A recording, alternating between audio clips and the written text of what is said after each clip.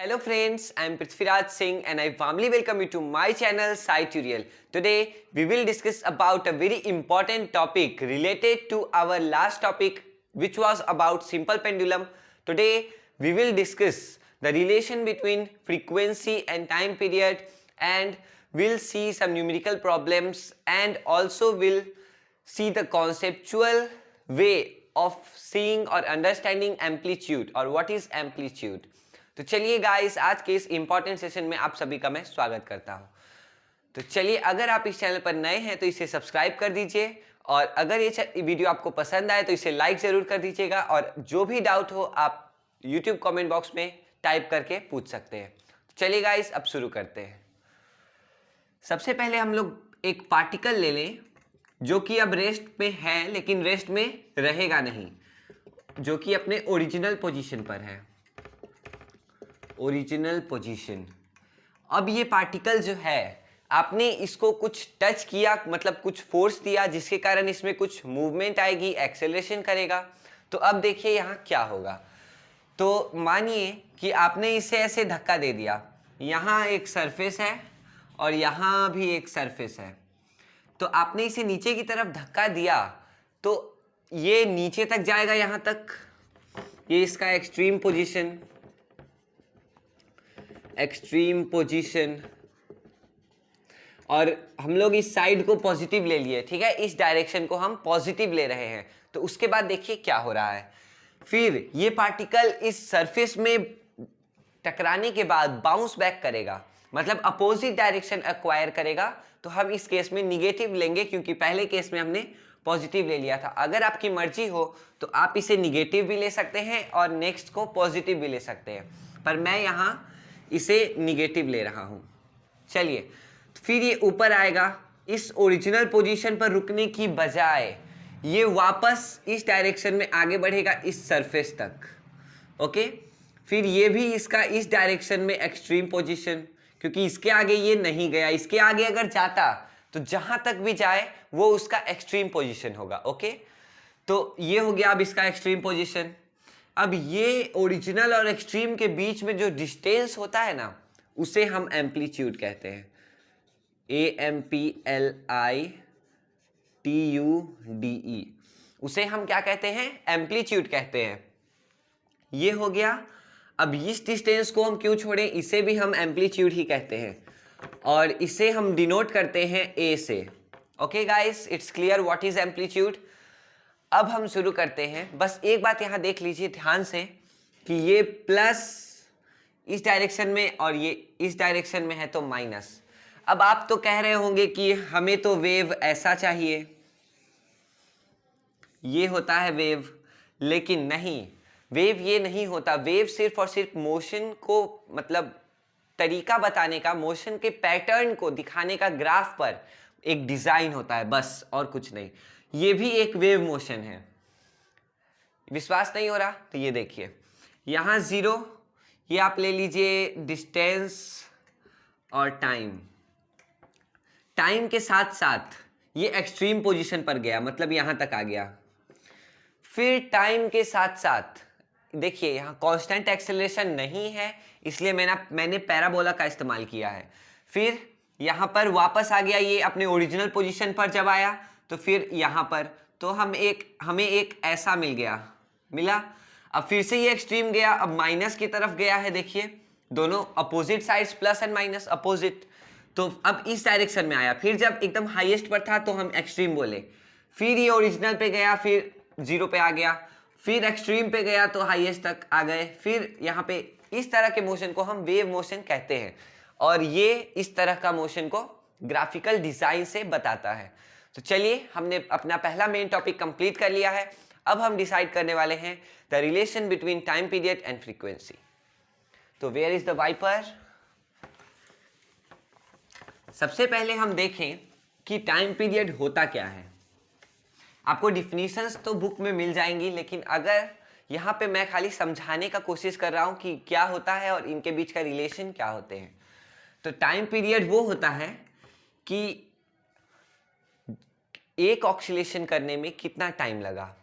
एक ऑक्सीलेशन मतलब आपको पता होना चाहिए, अगर नहीं पता है तो आप यहाँ देख सकते हैं। पिछली बार जो ओरिजिनल, एक्सट्रीम और एक्सट्रीम पोजीशन था हमारे पास, इस बार भी हम उसी का यूज करने वाले हैं। समझिए एक पार्टिकल ए यहां पर है ओरिजिनल पर, यहां से वो शुरू किया पॉजिटिव डायरेक्शन में, ई तक गया एक्सट्रीम तक, फिर वापस आ गया जीरो तक।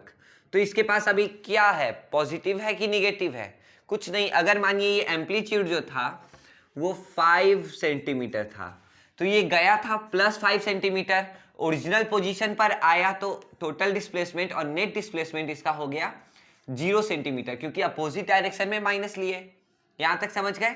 अब फिर नीचे वाले एक्सट्रीम पोजीशन पर जाएंगे जो कि माइनस है, तो फिर से हमारे पास -5 सेंटीमीटर आया, और फिर जब हम यहां तक आ गए,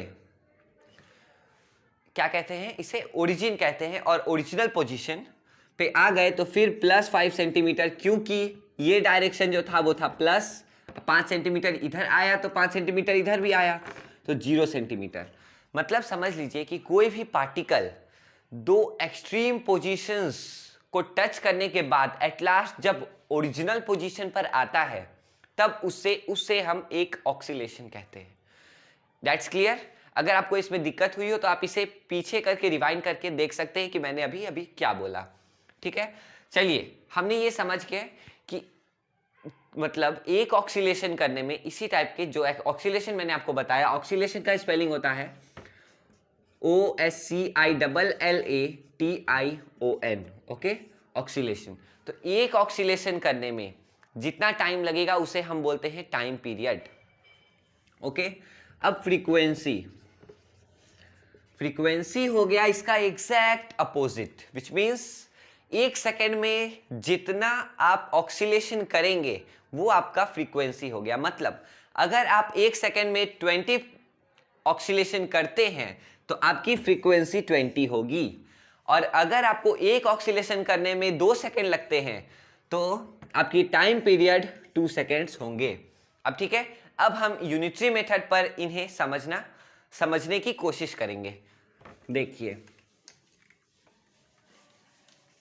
ओके, लेट्स स्टार्ट। सबसे पहले देखिए, यूनिट से शुरू करते हैं। यूनिट मतलब 1, तो हम इस साइड रखेंगे ऑक्सीलेशन को और राइट हैंड साइड रखेंगे टाइम पीरियड को। ओके, ऑक्सीलेशन मतलब हम यहां पर फ्रीक्वेंसी की बात करने चाह रहे हैं, पर इनडायरेक्टली कैसे वो अब देखते हैं। देखिए, अगर कोई पार्टिकल है उसको 20 ऑक्सीलेशंस करने में 2 सेकेंड का टाइम लगता है। ओके, और यहां देखिए ये 2 सेकेंड जो है वो इसका टाइम पीरियड नहीं है, ये सिंपली टाइम है, क्योंकि 20 ऑक्सीलेशन करने में 2 सेकेंड लग रहा है, सिंपल बस। ओके, अब देखिए, अब एक ऑक्सीलेशन करने में कितना सेकेंड लगेगा, तो हम 2 सेकेंड बाई 20 किए। ओके, ये किए तब और कम टाइम पीरियड आएगा जो हमारा एक ऑक्सीलेशन करने के लिए आएगा। तो हमने यहां ये देखा कि यहां पर time period is equal to 1 by frequency. ये हमने देखा यहां कैसे, ये देखिए, अगर यहां 1 सेकेंड होता,